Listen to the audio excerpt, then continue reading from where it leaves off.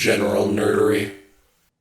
So I'm never quite sure what to do with Paul Giamatti anytime I'm watching a movie.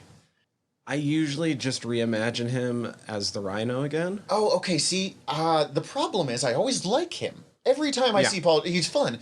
But I always think of him from that movie where he's the bad guy against the Malcolm in the Middle kid.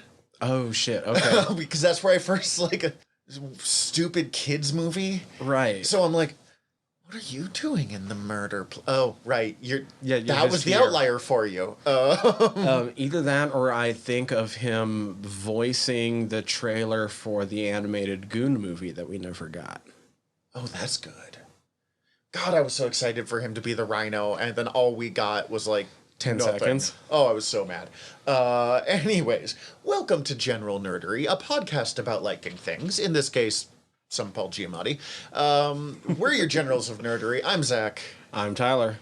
No, wait. Let's say it's Gunpowder Milkshake. You've probably seen the name of this episode already, but we're not going to be talking about Paul Giamatti. No, I was all literally day leading today. into that.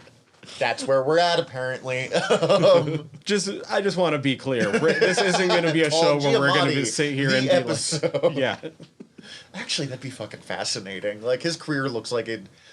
His career, even though I only like about half the movies he's in, that's one I'd be like, I like that you get to do stuff like this. Like, Yeah, we'll be talking about the Netflix movie Gunpowder Milkshake, which Honestly? Paul Giamatti's in. and honestly, outside of this, I have like nothing to say about him in this movie. Yeah, that's about it. I might have a little bit more, but it's probably only going to be like 3 or 4 sentences. He was fun.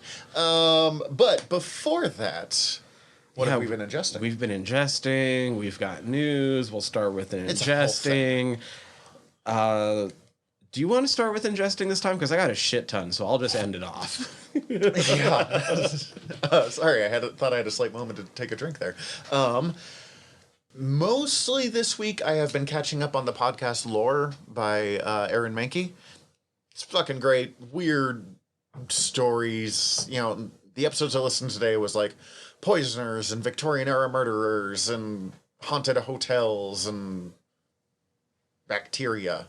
Ooh. Like parasites and stuff. Like, just bad to creepy level of, like, things that have happened in the world, but told in, like, a really relaxing voice and, like, good piano music in the back. It's a very well done podcast. I need to get more into it. I tried back when it was first starting to blow up. Mm-hmm. I listened to a little bit. I liked it. I really like, in some cases, I like the earlier episodes better. They're a little rougher, but, like, you feel a little more of the person in it. But, I mean, he's been redoing some of the early ones. So, obviously, he also is in that line of, like, they were fine. Yeah. Wait, I know what I'm doing now. Yeah. I understand that. I've had that thought about subjects we've done. I mean, since we're free range, we can't just, like... Oh, I will straight up say there is an episode that we will be redoing for Fried Squirms for probably a Patreon exclusive. My least favorite episode, but... Oh, man, yeah, okay. I have a few like that. But mostly it's been that. I really love Lore. I just fell off a while back. And with podcasts, if you let them go for too long, it gets hard to, like, jump back in. And then other than that, I saw... 2 episodes of Ted Lasso season 2 have come out so far. I've seen the first one. I haven't seen the second one yet. Oh, okay. Yeah, I've watched them both so far. I have it ready, and I just have not had time, and it's been pissing me off. Just a quick, like, what did you think of the first one? I really liked it. There were a few scenes that felt weird, a few moments that felt weird to me. Without going too much into spoilers, Danny's dream felt out of character. Oh, okay. They have that brief animated bit, and it wasn't badly done. It just felt like a weird choice for Ted Lasso to me. But it was, you know, if that's my biggest critique, we're doing okay. Right. Yeah, it didn't blow me away, but I really liked it. And I think, like, the parts that I brushed up most against, I'm supposed to brush up against because they're kind of the conflicts that are being set up for the season. Okay, if you haven't watched Ted Lasso, just skip like 2 minutes ahead. I just really wanted... Like, so, Nate's issues, whatever they might be so far. Oh, Nate being a little dick? Yeah. Which, that needs to come to a head at some point. Somebody's going to have to call him on that more. Really badly. And just, like, the the overall vibes in the room whenever Ted's around the sports psychologist, which is kind of being set up as the whole arc for at least the first half of this season. Yeah, no, I mean, he openly has a conversation being like, I try, but I'm uncomfortable with therapists. Yes. So that is, yeah. Like, oh, Ted, no. But It's just that it is one of those things where it's done well enough that, like, I feel uncomfortable being, quote unquote, in the room. Yeah, it's not badly done. It's just the, like, oh, we can see what the through plot lines. Season 2 first episodes are always difficult, in my opinion, because you have to, like, bring us up to date with where pretty much every character is. You have to set up a bunch of threads for the new season, but you also have to tell an entertaining story in your own right. Mm-hmm. And this one mostly did set up more than anything else. Yeah, like, but it was still good well episode. done. Yeah. Good episode. Okay, cool. Okay, we're done. Yeah, those are my big two. Sweet. Let's get into this. Let's see. I'd mentioned I'd started reading Hoxpox a while ago. House of X, Powers of X. Powers of 10. Powers of 10, the beginning of the current X-Men era by Jonathan Hickman, if you're not weirdos like us. I finally finished that off, and I'm also like 3 or 4 issues into like the Dawn of X era stuff, but I'm doing it in the like reading order, so like X-Men, I've not been brave enough to do Marauders. this yet, so good on you. How is it? I mean, I am loving this Hickman era of X-Men. This might be some of my favorite comics I've read since the time. Jason Aaron Thor run. Which was your big guy, yeah. From what I have read of it, I don't have that same, like, holy shit love, but I'm like, these are some fucking amazingly made comic books. Like, on every level, every creator is firing at, like, 110%.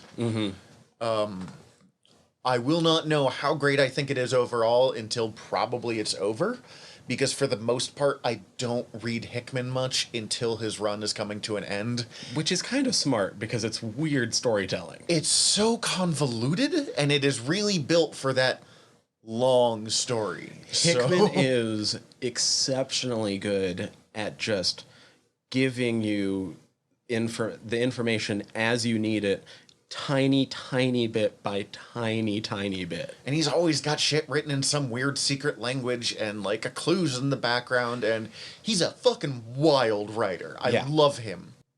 But I have trouble keeping up with him month to month.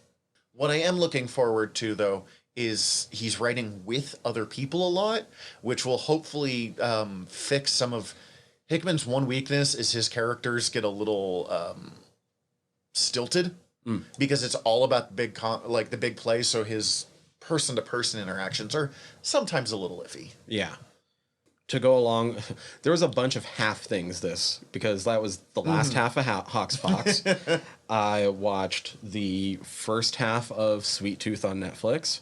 Started that with my girlfriend. My mom is really into that It's amazing. I never read Sweet Tooth. Like, I'm going into this blind. I've read some Jeff Lemire, so I'm mostly familiar only, like, with his writing Frank and style. some of his Animal Man stuff, like his New 52 work. Yeah. It is fantastic. It is really funny and sweet, but also, like, dark, and I've heard super good reviews, and I've read heart-wrenching, and I guess I've read some of his Valiant stuff, which was all pretty good. Yeah, I was coming home from a camping trip with my wife, and I suddenly get texts from my mom being like, "Where do I buy this comic book?" I'm like, I never thought this day would come. I am prepared. Here's like 5 different options. Yeah. I am curious about the comic, although I understand it is darker, significantly darker. Lemire said that they made the choice to brighten up the TV show. Right, because they were like, Walking Dead's been on TV for 8 years. We've had post-apocalyptic going. So what's a different look at the post-apocalypse? Yeah, and when I started this years ago, it made perfect sense. Now, whoo boy, we could use a little more levity in our life, was what his interview sounded like. The practical effects that they put on the kid are gorgeous. Everything about that show so far is gorgeous. I can't wait to finish it off, but I'm gonna hold off continue watching it with my girlfriend. Do you know if it's getting another season? I'm pretty sure actually production might start very soon on it. Oh, hell yeah. I intended to watch all of this, but they only dropped the first half of Masters of the Universe Revelation. Okay, yeah. That might happen this weekend for me. I didn't realize Netflix was dropping it in halves. I thought they were dropping the whole damn thing. So I was very prepared to go through all of it, was very saddened when it's only the first 5 episodes, super dug it, and actually put our social media to use. And if you go check out our Twitter, I live tweeted watching all 5 episodes. I gotta go check out our Twitter. I didn't know you did that. Real quick, what is our Twitter handle? Because at General Nerdery was already taken, our Twitter handle is at Nerdery General. Okay, yeah, that works. And yeah, I really am excited to, anytime I'm going to binge through series, I'm not going to do this for individual episodes, but if I'm going to sit down and binge through something, especially if it's my first time, I'm probably just going to live tweet it from now on, because I had a lot of fun just throwing out my fucking thoughts as I was having them about Motu. I downloaded Twitter specifically to use this more often, and just, we're so bad at social media on this podcast. I'm terrible at social media, which is not helping us gain listeners at all. So thank you, all of you that are actually listening. But oh, that reminds me. You said I could talk about this on the podcast real fast. Oh, yeah. And then we'll jump into what I actually thought of Motu real quick. I have set up a Patreon. It is not for podcast stuff, although it's mostly for my illustration and leatherworking, like my physical art stuff. But I have drawn while listening to our episodes before, so there'll probably be some crossover art. I did this while thinking about this character. It is Thumbs J on Patreon, just all one word, and it will warn you not safe for work, but only one level of it is, because I draw a lot of pinups. I try to do tasteful, but still, and so there's the occasional butt and or nipple. So if that's going to bother you, don't do the $7 range, but otherwise, everything else, check it out. It's actually, I'm really proud of it. It's yeah, that's awesome. Sorry, anyways. No, Masters that's fine. Of the Universe. No, that's fine. In fact, make sure to keep pimping yourself more often. I'll put the link on it. We'll try to put it in the show notes. Oh, for sure. Masters Universe Revelation. As kind of mentioned before, I'm watching it mostly not even mostly for Kev on this one, because I love Kev, but I kind of don't necessarily care what he thinks about He-Man. You know what I mean? Yeah, because I don't really care about He-Man. Exactly. But Mark Bernardin was also writing on it, who's his co-host on Fat Man Beyond, and is one of my favorite movie critics / podcasters / writers. And the cast is just fucking wild. And the cast is wildly amazing. Some crossover with the cast we're going to be talking about today with Lena. Yeah. Of course, Mark Hamill being in there, finding out just who some of the guest voices were. I guess not the guest voices. Triclops is actually a way bigger part than I thought he was going to be. Henry Rollins fucking hams it up. Sarah Michelle Gellar is a huge part in it. I'm really looking forward to watching it. And after She-Ra, and I fucking loved She-Ra, and then I didn't expect to go into She-Ra with great things, because like He-Man, it's She-Ra. Who the fuck cares? And now apparently I do? Yeah, that's the thing. I now kind of care about Master of the Universe and Orko. I don't, because I haven't watched it yet, but I am ready to care about Masters of the Universe, and that has literally never in my life happened. So, and I really dug it, and those 4 to 10,000 neckbeards that are in a giant circle jerk, fucking downvoting everything they can and putting out right-wing YouTube videos, can fuck off. Honestly, yeah. Also, oh my god. I kind of wish, so I sometimes listen to the Sincast, which is a podcast that the Cinema Sins guys do. I'm glad we don't do this, because every one of their shows is 2.5 to 3 hours, and I don't want to edit that every single time. No, that sounds awful. But they do start with a rant almost every time from every single one of them. And this week I was wanting to do that because all I have ingested is positive fucking Masters of the Universe stuff because I dug these first 5 episodes. Mm-hmm. And the only recommendations my YouTube has thrown at me in the past, 4 days have been extremely obvious right-wing, bad faith reactions. Yeah. How dare they not make He-Man the main character in the first half of one season? Also, not me actually saying that, I know. just oh my god, He-Man is thematically the focus of the entire first half of the season. Also, they're like, it's called He-Man, not... I don't remember the main character's name. I'm sorry. Yeah, Sarah Michelle Gellar. Like, it's not. It's not called He-Man. It's called Masters of the Universe. I'm still confused that I'm excited for a Masters of the Universe thing, but yeah, I'm sorry, get fucked. Thanks to this shit continually popping up, everything I'm seeing be said about this negatively is easily counterable by simply watching it. Yeah, I feel that about one of the news things we're going to be talking about in a few minutes. I don't know. Fucking I was going to say come at me if you want, but it's people are already making these, I've been in these fucking message boards, people are already making these arguments against you about why the show isn't doing what you're saying it's doing, and you all still aren't listening, so just go get fucked. Yeah, it's not really what... Listening's not really what that's about. But also, if you actually notice the numbers, it seems to be the same 4,000 to 10,000 people just jerking each other off across a bunch of different fucking platforms. That is a very vivid descriptor you're using right there. And that's 4,000 to 10,000 people out of 220 million Netflix subscribers, so... Obviously, they're doing okay. Mm-hmm. It's also got just insanely good reviews. Again, for what's a sequel to a giant toy commercial. Yeah. And guess what? It also still kind of works as that. I want to buy the toys. Perfect. Okay. Let's dive into the news. Oh, I'm sorry. You have another thing? I have. You've been busy. Dude, I went nuts. It was great. I'll just go quickly on these last 2 though, because this is kind of a half it's going to be my full-on recommendation, so I'll talk about it more next week when I full-on recommend it. But I watched Hentified on Netflix, comedy set in South LA, dealing with gentrification, but it's a comedy. I'll talk about it more when I actually recommend it. What did you say it was called? Hentified. Okay. And then, yesterday I went and watched Green Knight.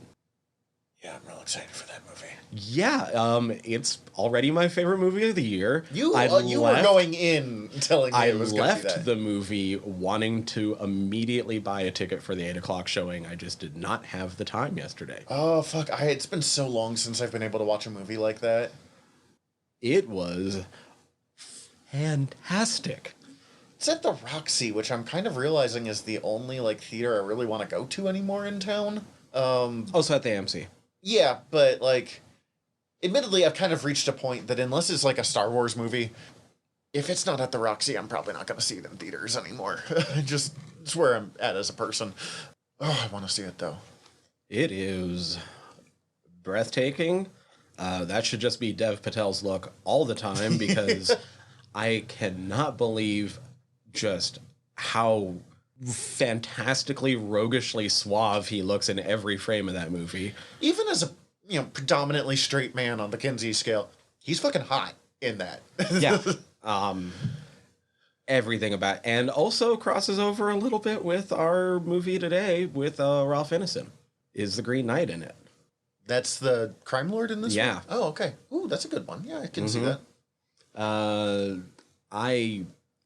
I'm still kind of just basking in the afterglow of it, and I can't give very much but muddled praise, but I left it immediately wanting to watch it again after stretching my legs, because I had just sat there for 2 hours. But I feel like we've just had a really good year for good stuff coming out, especially because everything got pushed back through COVID. Mm-hmm. So all the stuff that's really worth coming out is still coming out, and it's happening now, and suddenly, I don't know, good art is coming out of this era, which is literally the only good thing to be happening in the world right now. So It's so fantastically arty.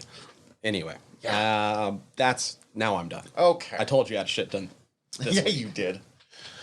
All right, let's start. Actually, there's even one more, but it's going to be my recommendation for the week. Newstastic 4. Glad you did that, because yours was so much better than mine. So, for our Reed Richards, for the first time ever, scientists have seen the light from behind a black hole. Once again, proving Einstein correct.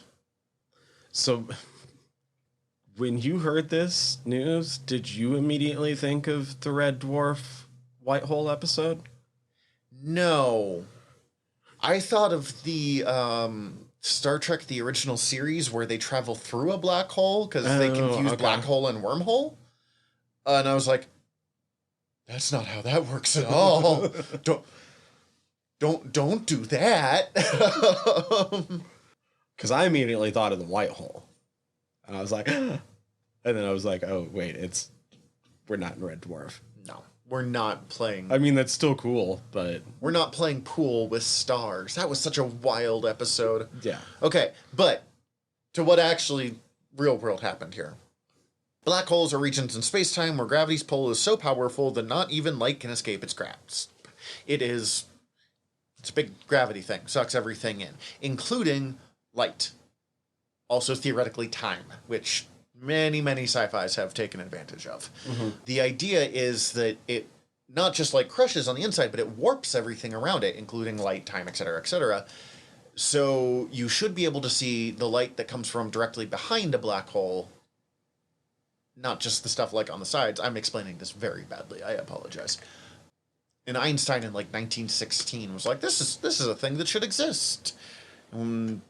Only now in 2021, maybe 2020 when they originally got the image, I think. But still, went, oh no, he was right. Yeah, there we go. Again. There we go. Freaking again.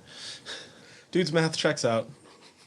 Not only this, but they're trying to use like the telescope they were able to capture this with to 3D map a black hole, which is nowhere close to anything we've ever come close to. Like, we have found black holes and been like, yep, that's a black hole. That's about it. Mm-hmm. The fact that we might be 3D mapping one, it's one of those fun space things because it kind of changes physics forever, and we're not really going to know like how it can change our understanding of the universe for like a couple of decades until we start seeing the results of it.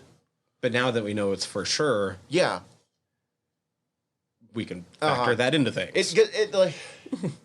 It's interesting with science discovery because, say you do find cure for cancer. You're like, bam, immediate results. I know how that's going to help things. Like, we've mapped out a black hole. What's that mean? Don't know yet, but it'll be cool to find out. Yeah. As far as like some of the other news we have, I didn't think about how we were going to classify what. Nope. None of the others really work. They're all just kind of big, cool things. So let's start with the Venom trailer. Okay. Venom, Let There Be Carnage, trailer number 2. Came out the day we're recording this. So let's just call it Johnny. Sure, yeah, that's hot. That's our That's Johnny. new. People have messaged me excited about it. I'm like, why is this movie coming up again? Like, because I've been at work. Mm-hmm. It's a better look than that first trailer. Yeah, you don't really need to hear it from us again. Both of us have a level of apathy about this movie coming out. We'll both probably end up seeing it for various reasons. I have a friend who wants to see it with me, and I'm like, well, I love you more than I'm apathetic about Venom, so absolutely, let's do this. Right. But, yeah, Carnage looks good. Yeah, Carnage looks... I agree. When we were watching the trailer, you mentioned he could be a little bit more red. He's a slight bit pinky. Yeah. I agree. I wish he was a little bit more red, but he looks rather carnagey, so... And literally the only reason I want him more red as opposed to what he is, like, pink, whatever, it doesn't bother me, but Carnage is kind of like some of the worst excesses of 90s comics in one character. So if you're going to do that character, you have to do him up to the nines. Yeah, yeah. And he's always been so, like, over the top murder. I mean, literally Carnage's entire point is to exist to murder. So if you're going to do that, go hard. Have him be the color of blood, and in such a dark movie as that is, with a like all black main hero, have him be bright and have him be like sucking their air out of the room every time he's on the screen. That's what Carnage should be doing if you're going to do him. Visually, at least. That's my opinion. I mean, I kind of just agree with you. Like, for me, the red in Carnage always felt very much like a choice, where in the trailer, his coloring looks more like a side effect of the fact that he seems to be a little bit more like body horror, completely warping Woody than just the symbiote taking over. Yeah. That said, Woody Harrelson looks infinitely better than he did at the post-credit scene in the Venom movie, where his wig was awful. Yeah. And Woody's fun. Yeah. I like Woody. So I'm curious to see what he's going to do with Cletus. Because we're saying Woody instead of Woody Harrelson, I'm admittedly now imagining the Carnage symbiote taking over Woody from Toy Story, or Tom Hanks, either one. But, I'm also interested to watch both of those movies. Much more interesting than most Carnage things. People are going to like it. That's kind of my opinion on it. It honestly looks kind of... the trailers look more enjoyable than the first movie, and that first movie made a shit ton of money. Yeah. Yeah. We'll see, though. We'll see. Maybe all the good parts are in the... God, I hope not all the good parts are in the trailer, because it wasn't that fun of a trailer. If this is all the good parts, we're fucked. Okay.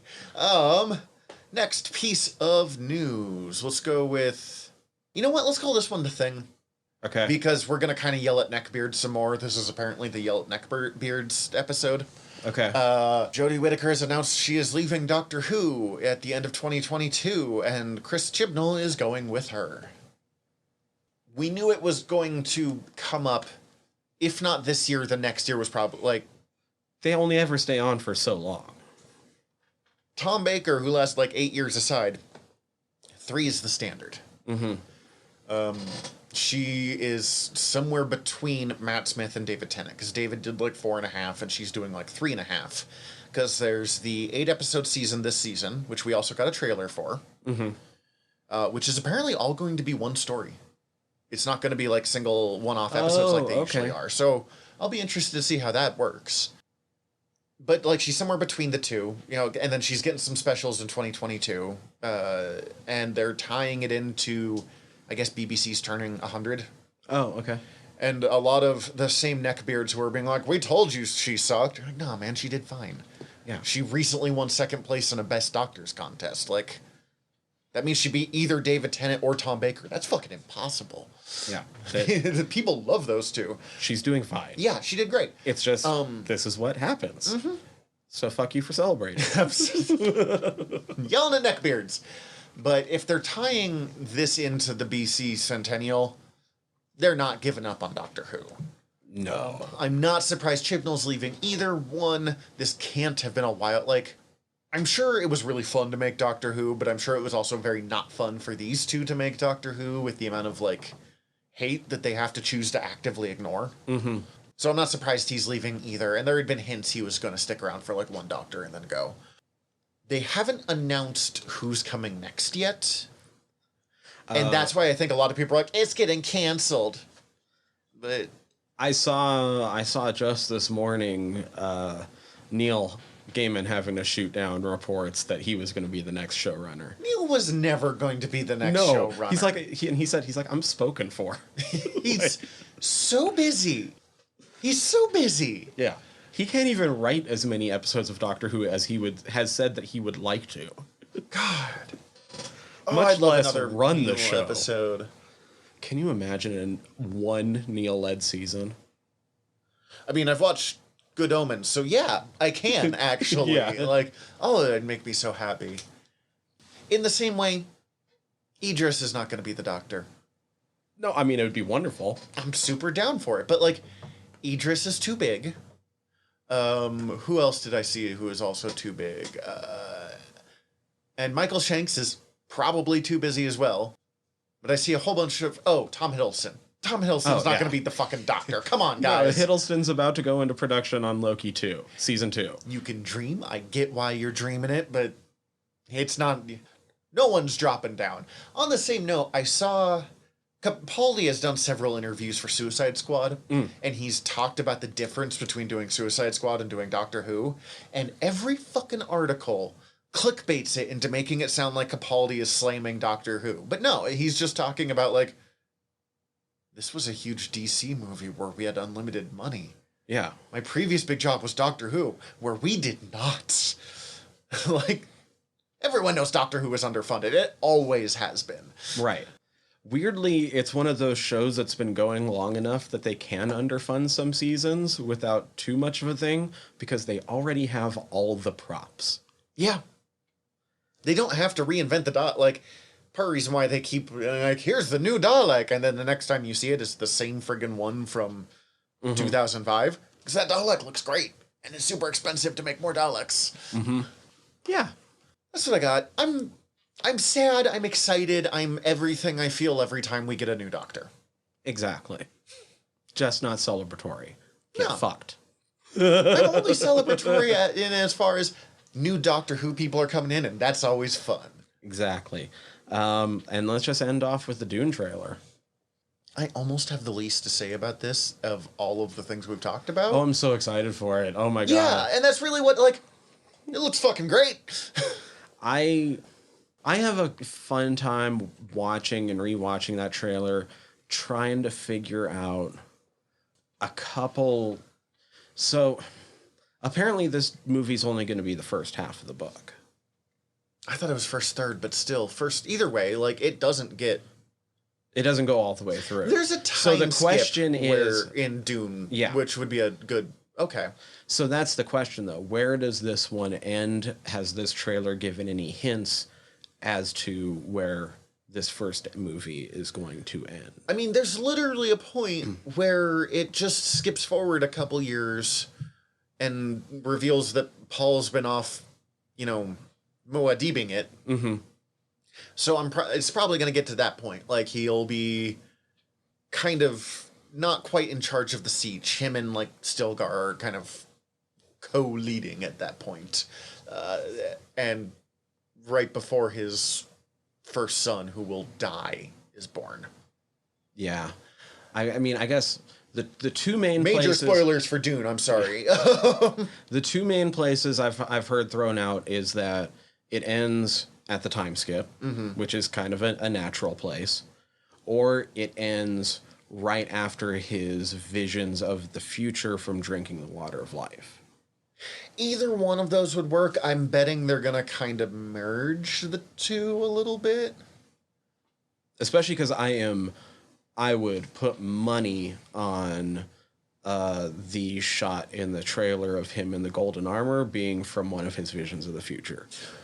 Which works, because I didn't care for that golden armor. It doesn't fit with a lot of the way that Paul ran things and why they respected him, but I also understand that there is a need to have your main character pop from the rest of the army from a purely cinematic scale. And especially at that point in the campaign. Yeah, exactly.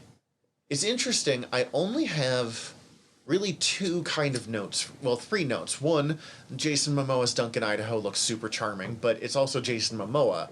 Like, it's Jason Momoa playing man. Jason Momoa again. Are we going to get far enough that him being Duncan, Idaho really matters? Well, it doesn't in the entire first book, so no. I'm torn between really enjoying what I saw of their Gurney and really not enjoying. Because it reminded me of how Patrick Stewart played Gurney, and I really loved that, partly because I really love Patrick Stewart. But it's not incredibly accurate to the book. Because they have that, like, smile Gurney, I am smiling. Like, oh, that's well done. But at which point I was like, oh my god, Brolin for Gregor Eisenhorn. But yeah. But in the books, Gurney's a bard. Yes. Like, he's angry and super into the idea of murdering some damn Harkonnens.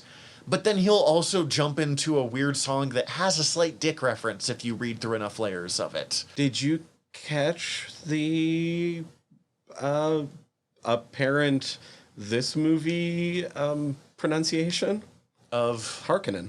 Harkonnen doesn't surprise me. I like Harkonnen much Me better, too. I but think like I've always said Harkonnen. definitely probably rolls through the lines a little easier than being like those damn Harkonnens. And then the other thing I noticed was I recently reread the beginning of Dune and then fell off because who has that kind of time? And I was considering doing the same myself. the audiobook that I'm listening to is admittedly only okay. But I don't think most of those scenes happened. What if I'm the last of the Atreides? Oh, I'm 90% sure that doesn't happen. Yeah, those scenes. Okay. Does he tell? I don't think he tells Duncan about his dreams. I don't think so either. I saw somebody bring up sort of the same point, but with how much action was shown in this trailer. And That's I the was other like, thing. Dune's not an action. Well, it is and it isn't. I was about to say, heavy. it is extremely action heavy, but not in the foreground. Most of the action is confined to, and then there was a fight, and then it moves back on to what Paul was thinking. Which is why I've never been convinced you can adapt Dune. It's so cerebral, annoyingly cerebral. As like one of my all-time favorite books, it is obnoxious in its like kind of hoity-toity intellectualism. But like a number of different like Fremen raids and shit happen in the background that are kind of just acknowledged in like one-off sentences and stuff. That's true.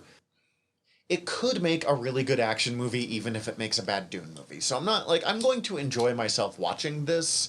I'm just going to be really curious to see how they grab the feel of the book. I loved the design of the Emperor, still deciding to work in some of the Lynch. I can float way up there if I want That's to. not the Emperor. That's not the Emperor. The Baron. Sorry, yeah. No, you're fine. I'm so Yeah, the Baron. Like, that does was still look cool. cool. That looked really cool. I'm glad they ditched the 80s like pustules thing that was only in the movie. It looked great, but it's very much tied it into the David Lynch movie that I don't want them to borrow too heavily from. I liked we saw a little bit in the first trailer, but I liked getting to see even a little bit more of the shields at work. Oscar Isaac looks a lot of fun as Duke Leto. One of the small details that blew my fucking mind was it appears that we get to see the Harkonnen attack on the Atreides, and they're using the shields on the ship against them. They're shooting the ship shields, which are making them react, which is wiping out the forces underneath them. Which that's fucking dark. Yeah. And I'm also almost positive the way that the trailer's cut, it makes it look like it's Duncan walking out into the desert. I'm pretty sure that's a back shot of Lee Keynes. We haven't seen Keynes yet, and we only get like a half second of Stilgar. Yeah. I love Stilgar. I can talk about this. I was at one point working on a Dune reread podcast that we admittedly kind of abandoned because I am not smart enough for that podcast. Like, I just realized this. I'm smart, but other people had more interesting things to say. But man, I fucking love Dune so much. And because it's not a huge franchise in the way that a lot of other of my big loves are, I don't have many people I can talk to about it. Like, and Dave Desmalchin is almost unrecognizable as Peter. Yeah. On the other hand, Dave Bautista is 100% Dave Bautista. Like, Dave Bautista with no eyebrows is still clearly... So he'll be great for the Beast Raban. Yeah. But it's Dave Bautista. Also, I still don't think they've announced a Fade casting. We might not even see Fade in this first movie. I think that's a mistake, but man, casting Fade has to be the most stressful one because you have to go up against Sting. And it's not like Sting did a great job, but he did an iconic job. Such an iconic job. The Righteous! Oh my god. I have convinced people to watch that movie purely off saying Sting acts in it.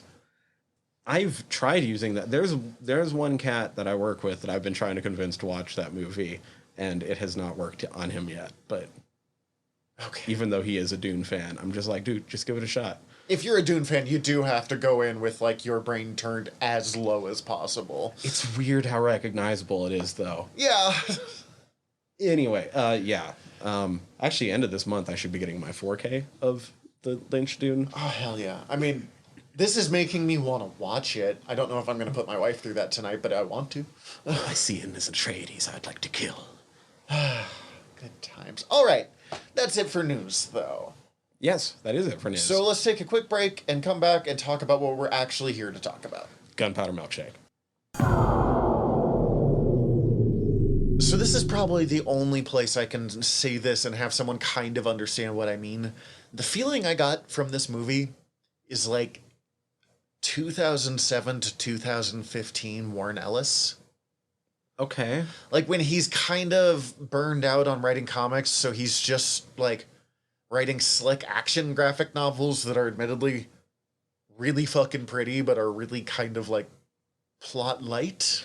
Oh, good. I'm glad you're saying a version of what I was going to say. Because I was going to say Gunpowder Milkshake is the perfect name for this movie because There's fucking nothing to it. it's tasty and flashy and there's no nutritional value to be had. None whatsoever. And by that, I had a lot of fun watching this movie. That's but not necessarily a bad thing. I always enjoy a milkshake. Personally, I had one while I was watching The Green Knight yesterday, and it helped make my experience even better. Second of, I'm just going to count the Green Knight references you make through this episode.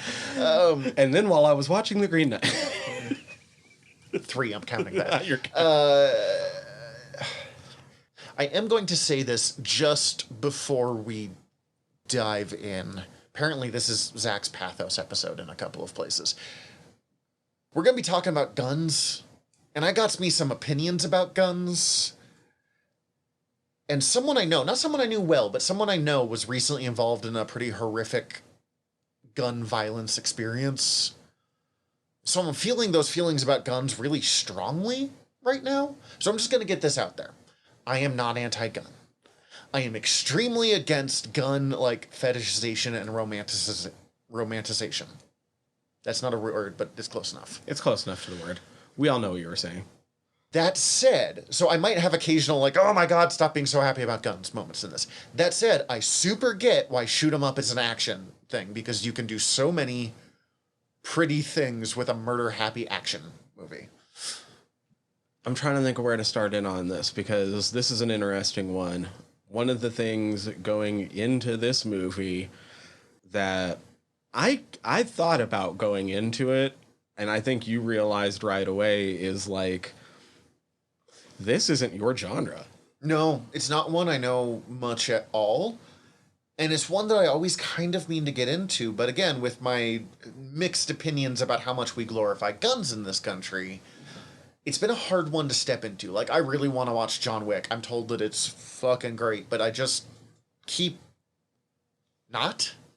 Because, like, me going into this movie, it's... I'm trying to think how to say this. Like, all the reviews I read use the word formulaic a lot. It's okay. It is formulaic, but in a different way than I think that term is usually used. It was kind of easy to guess what was coming next because of tropes within the genre. I don't think I was surprised a single time watching this movie. Because of tropes within the genre, but the thing about this movie is that it's kind of Tarantino light. I've read that review too. I was curious how accurate that was, because I've seen several Tarantino films. I don't know him well enough to be like, well, this is a clearly wishes it was Tarantino thing. I can see how it was. It does the same thing his films do in that it wears its influences very obviously on its sleeve. It felt slicker than Tarantino usually is, though. It's stylized in a different way than he does. Okay. His stylization tends to be a little bit grittier. Yeah. A little bit more traditional pulp. Whereas this leans into the more modern, like, John Wick aesthetic. And bright colors. I don't know if that's John Wick aesthetic as well. From number 2 on. Okay. Not so much number 1. John Wick 1 and 2 is like Evil Dead 1 and 2. They're basically the same movie, except they know what they're doing in the second one. Oh, I didn't know that. Okay. Yeah, admittedly, my main experience with, like, the straight action genre, just normal people with lots of guns and knives, is James Bond. And they're not super action genre for the most part. And this isn't very Bondy. No. So this was interesting for me, because what might have been like, oh, we've seen this 100 times. I don't know. I will say, being someone who does enjoy a lot of Tarantino and who just said this feels like Tarantino light, I don't think it was actually directly inspired by Tarantino. I feel like this took its inspiration from the exact same things that Tarantino takes his inspiration from.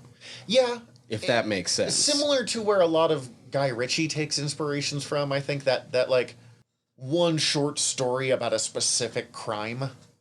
I was trying to think of exactly how to categorize it too, because it's also not just a shoot 'em up. The best action scenes are the ones without the guns for the most part. We'll get into that, but... And it's kind of...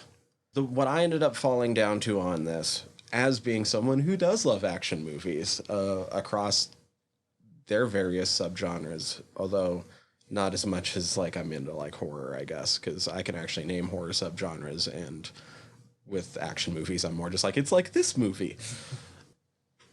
So... you have this thing with kung fu films where through the tradition of kung fu films, there's a strong comedic element, and it's strong enough that it's not surprising in the least when it's there, but it's not required to be part of the genre. I feel like this movie is that for the new style John Wick action. Okay. This is sort of the more irreverent, but is still playing on the edge of all of that. Yeah, I don't even know action movies, and was like, well, this is clearly John Wick, but not. But it's also just kind of, I felt like an homage to most action movies from about the early 90s on. I feel like I caught there's obvious references to The Professional. Parts of it definitely felt inspired by like Park Chan-wook's work with Old Boy. Parts of it felt not so much like Tarantino to me, but more like Robert Rodriguez did in Desperado, especially because parts of this movie, as shown by the score, are lifted from Westerns. I really liked the score in this. I don't know. There's I keep going back around to Tarantino, but there is at least one scene that I think is blatantly referencing at least the same thing Tarantino referenced in Kill Bill. So there's a super similarity there. It does have some Kill Bill vibes to it. I liked it better than I like Kill Bill. There was some Jackie Chan in there. There was some shit in there that reminded me of, like, the Crank movies. Those are just Jason Statham, right? Mm-hmm. Those were fun. I don't know. I don't know how you want to go through this, and I'll point out some of these different things when we get to them. To start with, I guess, the very basic plot, and we have to... The complicated plot is very basic, so this is... yeah. But honestly, it's kind of the same plot of The Mandalorian. Murder-happy guy from a group of a murder-happy club ends up with a small child and has to go up against the other murder-happy people to protect it. Except instead of Baby Yoda, we get an 8 3/4 girl. Yeah. 8 years old. 8 3/4 years old girl, not just like a percentage of a girl. That's super simplified. I will say there's a little bit more to it, which... Not much. The world is really kind of more there than the plot, but the world I enjoyed. I kind of wanted this movie to be about the background characters of the librarians. The Angela Bassett and Michelle Yeoh, and I'm sorry, I don't know the other one's name. Oh, Carla Gugino. Yeah. I kind of wanted the movie just to be about them instead of... Well, that's kind of an interesting part, because part of, I think, what drew both of us to this movie was its cast, but for different reasons. You were excited about Lena Headey. I was excited about Lena Headey and Angela Bassett, Queen Ramonda. Was she in... Oh, shit, yeah. She's not the person that was Liv 10 in Doctor Who, is she? Because that's who I thought it was at first.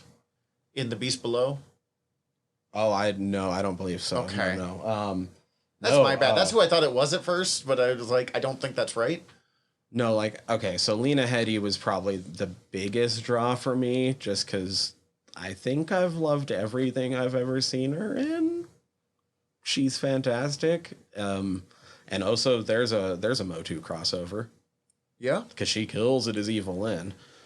But then number 2 down for me, like, I know that you're all about Michelle Yeoh, but I was like, hold up, Angela Bassett's in this movie?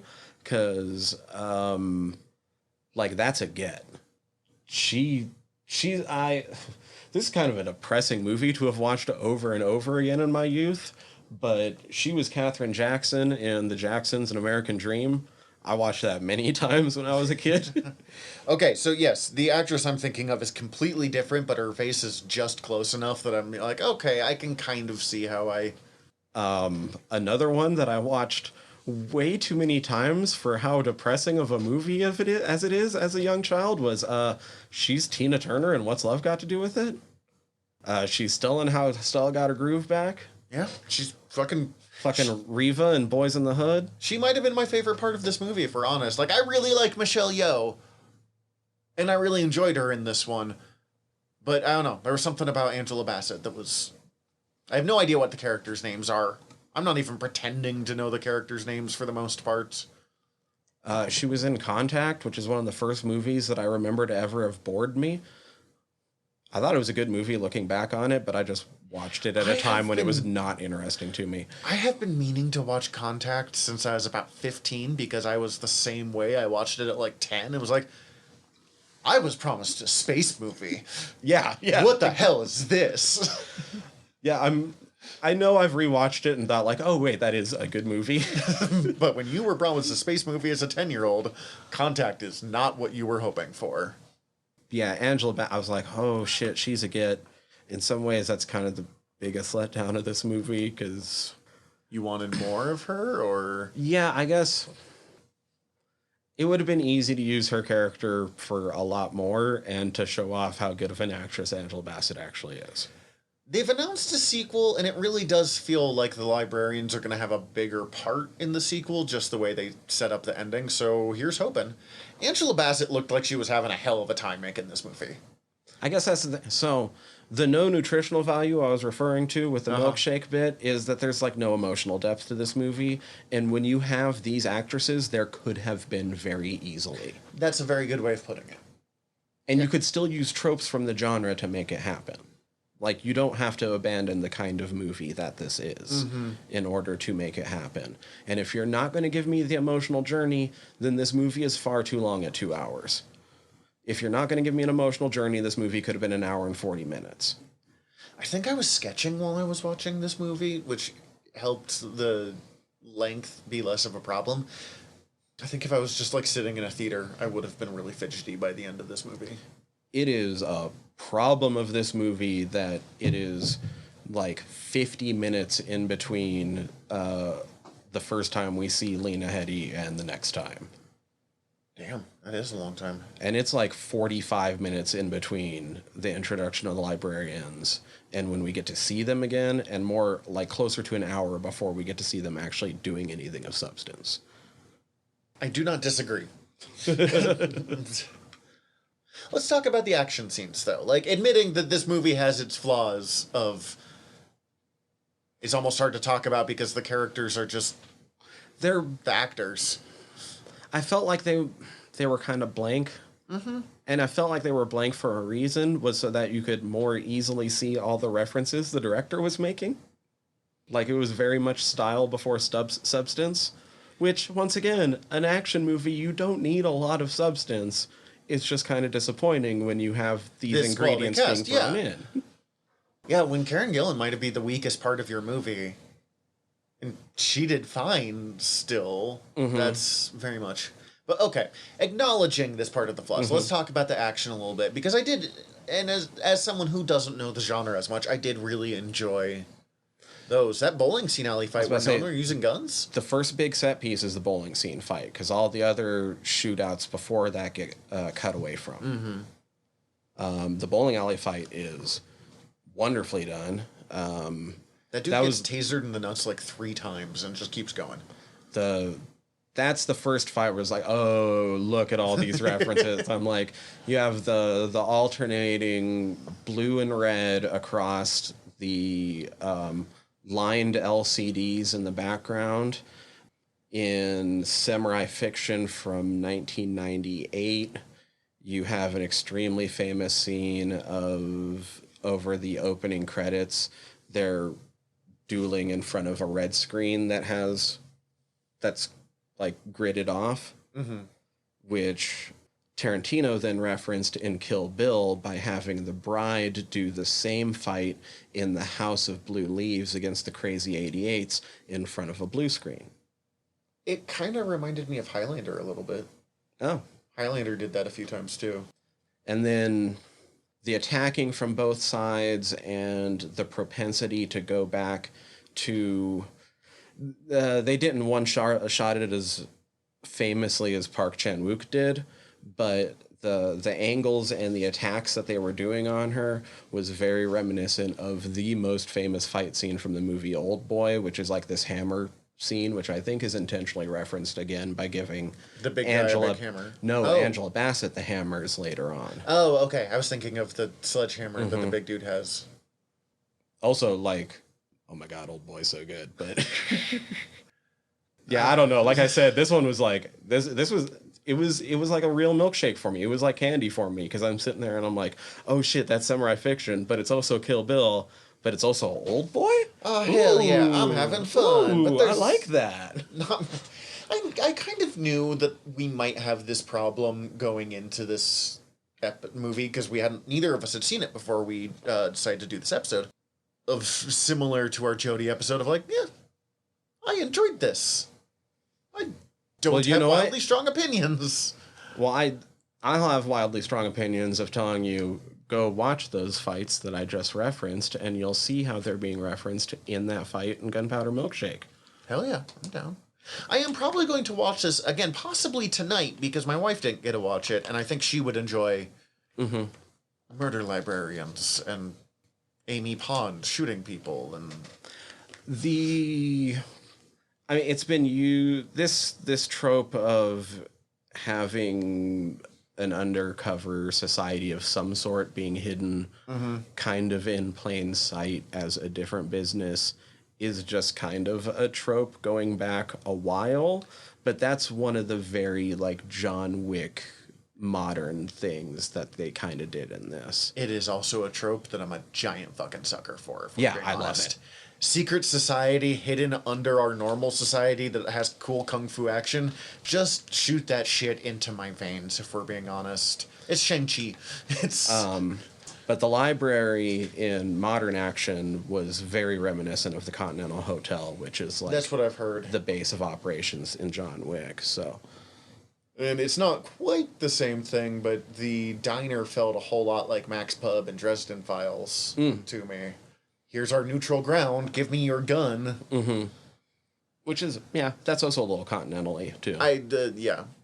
Which, that kind of all fits with how it's also tied into the firm, and, yeah, anyway. The thing with the secret societies under and stuff, part of the stylization that I loved of this movie was I felt like the almost hyper-realism that was being illustrated through the use of the lighting in this movie made it feel like this was kind of just its own world that was like superimposed over ours. Like they're technically happening in the same reality, but it's kind of also happening on its own plane of existence that we almost aren't able to perceive because it's only happening in these light bands. Mm-hmm. Almost like a secret society should really feel. Yeah. I kind of feel like this is what I'm just apparently going to compare it to comics every time. I kind of feel like this is what Mark Miller wishes he could make on some level. Oh, in some ways, this reminded me of Wanted. Wanted, I thought I was going to kind of Kingsman, which is more Bondish. And Kingsman as well. Well, Kingsman does the not necessarily hiding in plain sight, but hiding under the guise of something a certain facade very well. The comics less so, though, I think, is like... Anyways, I'm not here just to be mean to Mark Miller, but... What's the next big fight after the bowling alley? I actually like... I mean, I'm keeping like, I like this. It wasn't great. I like this. She loses the use of her arms... And has to, the doctor's office fight. Yeah, she has to, like, swing around, and their guns are taped to her hands, and... That all felt very mid-90s Jackie Chan to me. Yes. Yeah, it did, with the, like, swinging and the... No, those were some of the movies I actually watched of the action genre, so I can definitely see what you're saying there. I felt like that was much longer than 60 seconds. Yes. Because it's supposed to be, like, her arms won't work for 60 seconds, and then it's, like, the next 20 minutes her arm doesn't work. Mm-hmm. Which is fine, but don't say 60 seconds if it's going to... Oh, the whole ending up with, like, mentoring a kid and kind of, like, half bringing her into this world and shit, too, is just blatantly a reference to The Professional. Okay.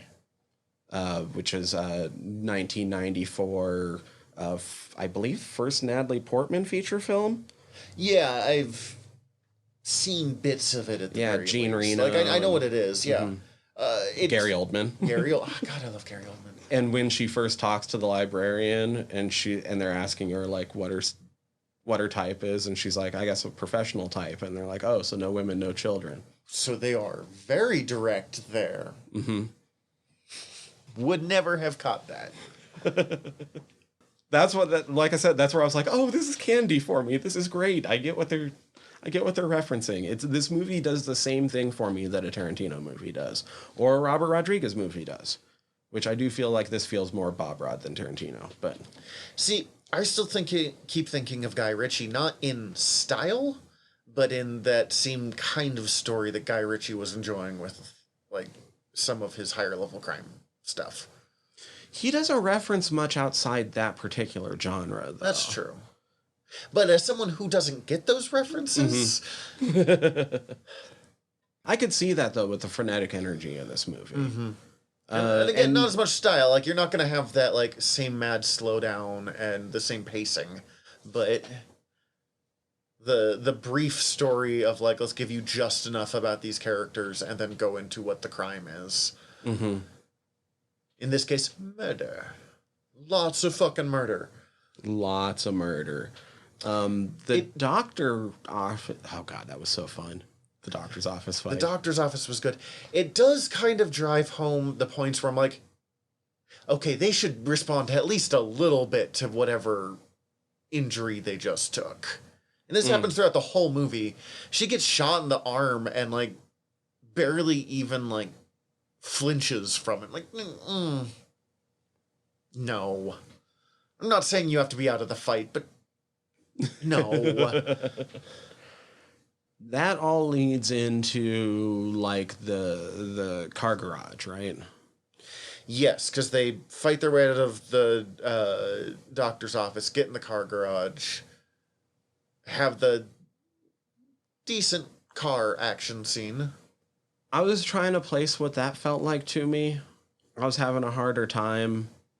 I don't go in as much for, like, car chase action. It's fine. It's just not as much my gig as, like, the martial arts side and, like, the gunplay side. I'm sure it's not a direct reference to what it made me think of, although they're probably referencing the same things. It made me think of the inevitable car park mission in, like, every Grand Theft Auto I've ever played. Oh, yeah, I can see that.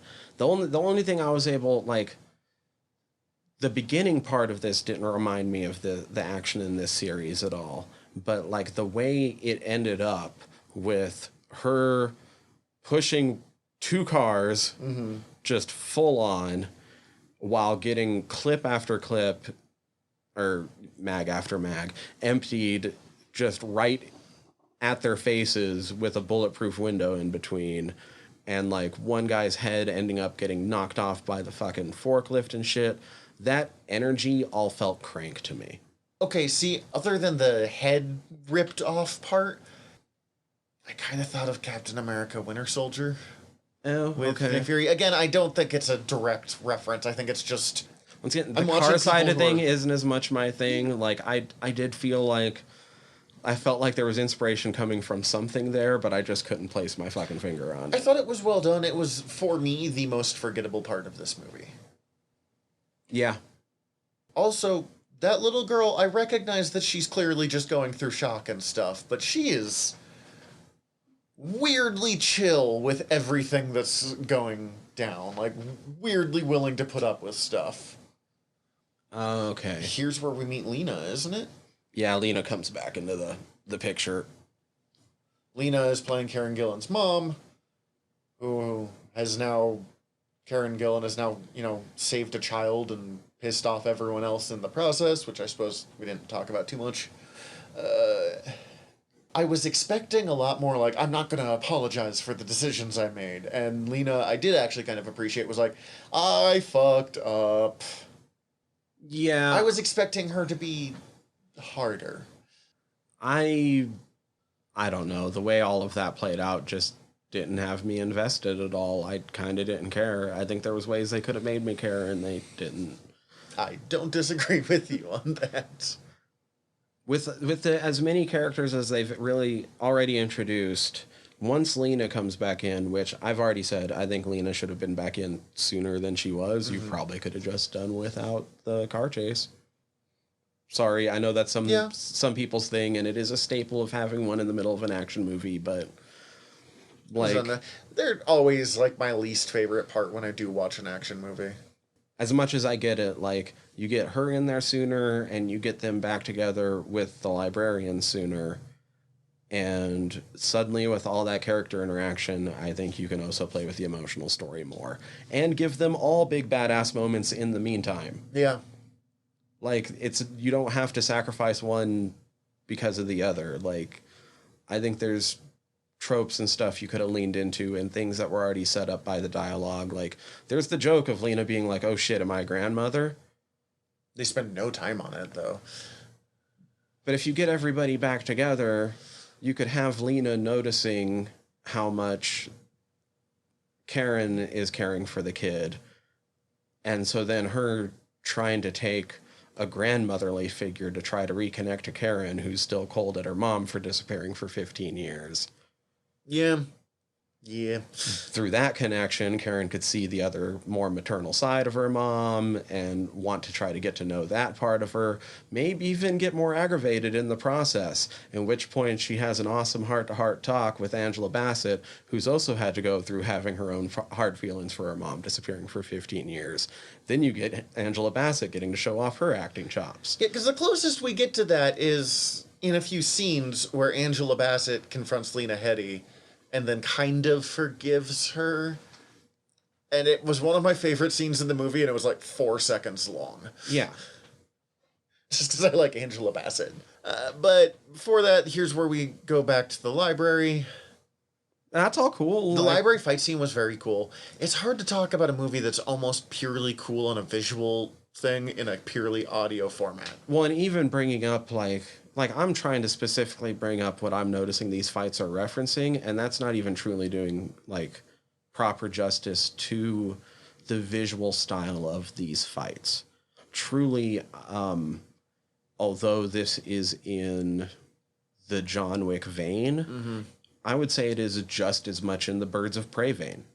I wouldn't have seen that, but now that you mention it, it's probably why I like it. And it would be easy to write off that statement as like, oh, they're both girl action movies, but there's a certain stylization, and it's the pacing, and it's the way they use colors in a few moments. Mm-hmm. Oh, the use of color in this movie is fantastic. It's phenomenal. Some of it even reminded me of like Italian giallos and stuff from the 70s, and putting her in bright orange and white, I thought, which is weird because I don't usually like those colors together much, but I thought, I don't know, it just visually really it helped her stick out of everything. Mm-hmm. The initial part of that library fight, when Lena and Karen are first sort of like rushing up the aisle at the enemies before it starts to cut away to Angela and Michelle doing their thing, and Carla. We'll talk about Carla in a minute. I have thoughts there. That weirdly reminded me of the Night Owl Silk Spectre in the prison, minus all the slow-mo. On some level, I sort of went The Matrix with it. The scene in the bank with Neo and Trinity. Which was in that Matrix game they made, which was a terrible fucking game. That scene was still super fun as a level. That game could get interesting. We do not have time to tackle the PS2 Matrix video game on this podcast. No, we do not. Especially not without a proper replay. Anyway, I would do it. Yeah. That's what I'm saying. The book lover part of me kept being like, stop cutting holes in these books. Look, I kept mentioning that, like, this movie feels a little bit more Bob Rod than Tarantino. I somehow wonder if the library thing isn't a reference to, like, Selma Hayek's character in Desperado hiding, like, all of the gang money in her library in Mexico before she becomes an action girl alongside Antonio Banderas. It's possible. I don't think it is supposed to be, but it sure works that way. It works that way. And I'm like, that's cool. I'm down. This whole fight, I really was torn between, this is really fucking cool, and like, stop ruining a library. They're a sacred place. It was already ruined. You couldn't have read any of those I know, books. and that's kind of where my frustration was. I was super with the one that was like, you'll need an Agatha Christie for reading. Because everyone needs a fucking Agatha Christie for reading. She's delightful. For me, the undersung acting hero in this movie is Carla Gugino. I think she wasn't hamming it up, but she was making sure to put emotion into everything her character did in her limited screen time in this movie. Well, still not, like, being torn out of the weird style choices they were making. Like, she didn't have a single moment where she talked like a normal person would talk, but she did, you're right, she had... And I'm not saying anybody else was phoning it in either. It felt like Carla was intentionally, like, I only have this 8 minutes of screen time. Well, in the librarians, there's the angry one, Angela Bassett. There's the just happy to be doing things one, who's Michelle Yeoh. And they both killed in their roles, but that's literally all there is to them. And then there's the caring one, who is Carla Gugino. Thank you. And she gets to kind of be the most fun, because she gets to be the caring one while also being like, well, time to murder. Who was old Silk Spectre in The Watchmen. Oh, hell yeah. Oh, hell yeah, I didn't know that. And she was Marv's probation officer in Sin City. I didn't know that either, but that fits. I felt like, I'm not surprised, spoiler, I'm not surprised that she gets it, that she gets ganked real fast. Right. If anyone was going to die, it was going to be her. It was going to be her, or it was going to be Lena. Or Lena, that's very fair. But I felt like they could have just given her a better moment in that fight scene. I agree. I wish she would have had a little bit more to do if they were going to kill her. Because she, she had the minigun. I'm like, oh, this is going to be cool. And then it doesn't really happen. And it doesn't do any good for the most part. Like, no. Well, and they had that big thing of her with... They give her Tommy Tomahawk. She finds her axe that Karen's character had stolen. And they let her fight with it, but, like... That fight's pretty truncated. And she doesn't win that fight. So let her win some of the fight with the fucking axe if you're going to Chekhov's axe it. And that's as much as we actually get to see her with the axe after she's reclaimed it. I mean, she's already been shot in the chest, so it made sense she didn't do anything that cool with it, but also it was just, Sorry, I skipped us forward a little bit there. Oh, no, that's fine. That's fine. I don't know. I mean, all of that was really cool. Like I said, with the fact that I'm pretty sure that the bowling alley fight already intentionally referenced Old Boy a little bit, I'm pretty sure Angela Bassett got hammers for the same reason. So That would make sense. I really enjoyed. We didn't get much of them, but I did enjoy Yo and Bassett's fight scenes here, where they both go into a separate like kids corner, and they're both super overdone library kids corners, which I would have fucking loved at like 8 years old. oh, absolutely, absolutely. No, those were all cool. I didn't. Other than the hammers, I didn't notice anything specific from those. I'm sure there's something having to do with whips and chains that I missed with Michelle Yeoh, but It's enough of an action movie thing that like I noticed too as kind of a trope. I don't know where it's from though. As we get into the back half of the movie, one of the other kind of criticisms I had sort of started to stick out a little bit more was we brought up Paul Giamatti in the beginning. One of the weaker parts of this movie is splitting most of the bad guy time between three different villains that are never really any of them fleshed out. Yeah. Like, Giamatti's most interesting character moment is right at the very end. The way that he's sort of comporting himself and speaking down to the little girl right before he kind of gets put in his place by a laser beam. See, that's not the most interesting moment for me, but also I'm super aware that, like, Giamatti was doing everything he could with what he had, and there was not much there. For me, the most interesting thing is he's supposed to, like, really care about Karen Gillan's character, but not be able to, not enough to actually do anything. Mm-hmm.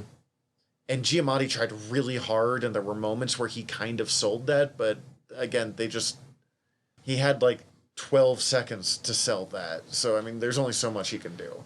I guess it was the most interesting for me because it felt the most in this movie where he was pulled together as a character. And not just, hey, Paul Giamatti's there. And not just like, hey, Paul Giamatti's there and is reacting to everything going on around him. And like having to like be the middleman between these groups of people. He just felt more like someone who actually is in charge of a certain level of crime in that scene, I guess. Yeah. But it doesn't matter because all we get is smatterings of him. I'm like not sure Ralph Ineson's last couple scenes, he actually like knocks it out of the fucking park with first seeming like actually being slightly sympathetic with the way he's laying on the emotion, talking about how the death of his son affected him, but then he completely flips it around with like, oh no, first she's gonna see what I do to you. Also, I'm fucked up. Also, Ralph Ineson's like in a moment right now. Make use of that. He's fucking hot shit right now, and he is killing it in every role he is in, like the Green Knight. The problem is they need to cut something out of this movie to give it the air it needs to put real like depth behind anything. But the only place they might have room to cut really is the librarians, and they're my favorite part of the movie, so I don't want them to cut that. Yeah, I mean, you don't have to cut time if you just reorder things to to make you care about the characters in the meantime. Yeah. Or like focus more on character. Like I said, like you don't have to focus on these three different villains. You can make one of them just a fucking mook. Because I didn't even bring up the other cat yet that gets a shit ton of screen time. That's the one that's actually like the cousin or whatever. Yeah, I think or the nephew. Yeah, he kills the librarian lady and just sucks. And he gets way more screen time than he needs for who his character is.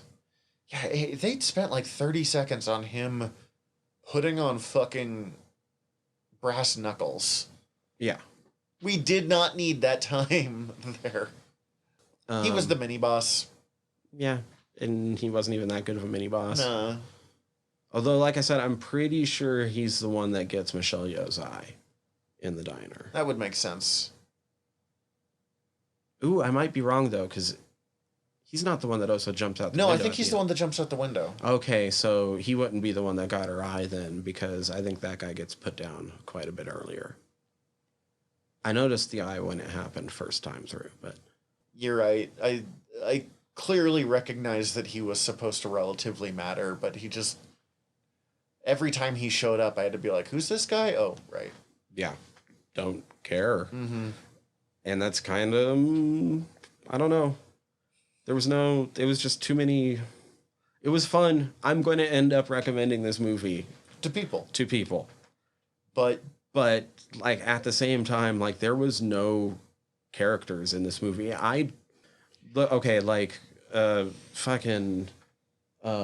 Karen's character's name is Sam. Only because they say it so many times. Yeah. Otherwise, I feel like this is the type of movie where, like, if my dad were to watch it, he'd come away asking, okay, so which one was Gunpowder Milkshake? Oh, that's good. Yeah. Watch this movie. Put it on. Maybe have some dinner while you're doing it. Turn off your brain and watch the pretty colors for 2 hours. Yeah. You'll have fun. I'm glad that they have announced a sequel, because this does feel like a very good prequel to more stories to come. It's a great introduction to these characters. I just now want to actually see those characters. And again, every actor looks like they're enjoying themselves here. So... Look, yeah, when actors are having fun making a movie, I'm pretty open to them making more of them. Mm-hmm. I'm sorry, I interrupted you there. Oh, no, that's fine. I think I was going to just say something along the lines of that and would end up agreeing with you. So, I don't think I have anything else to say about this movie. I mean, honestly, I almost want to rewatch it again just to see if I can catch any other action references that I missed the first 2 times through. Maybe not, but maybe. I also kind of want to rewatch Old Boy now. It's been a few years.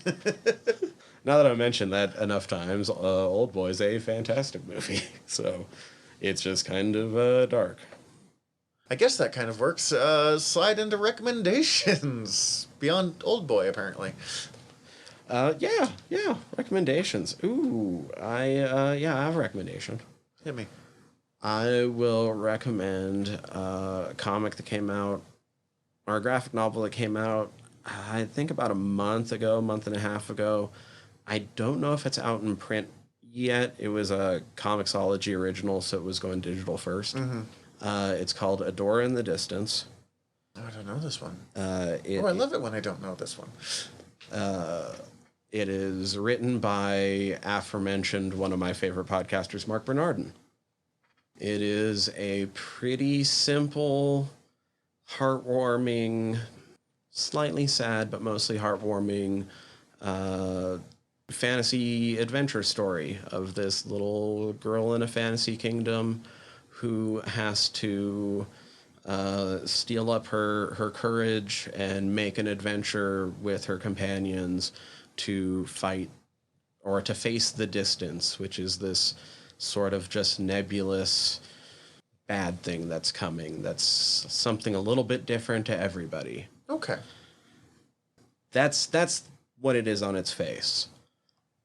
And I think that should be enough to really go on, but I do feel like the kind of listeners might want to know a little bit of the backstory, and it actually adds a little bit of a draw to it. I'm listening, my dude.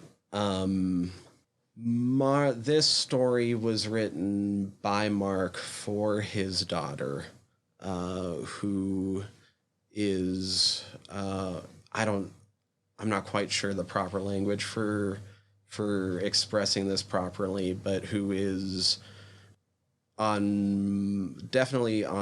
she's autistic to the point where she's not always able to access her emotions to talk to him. She's not nonverbal, but she's not quite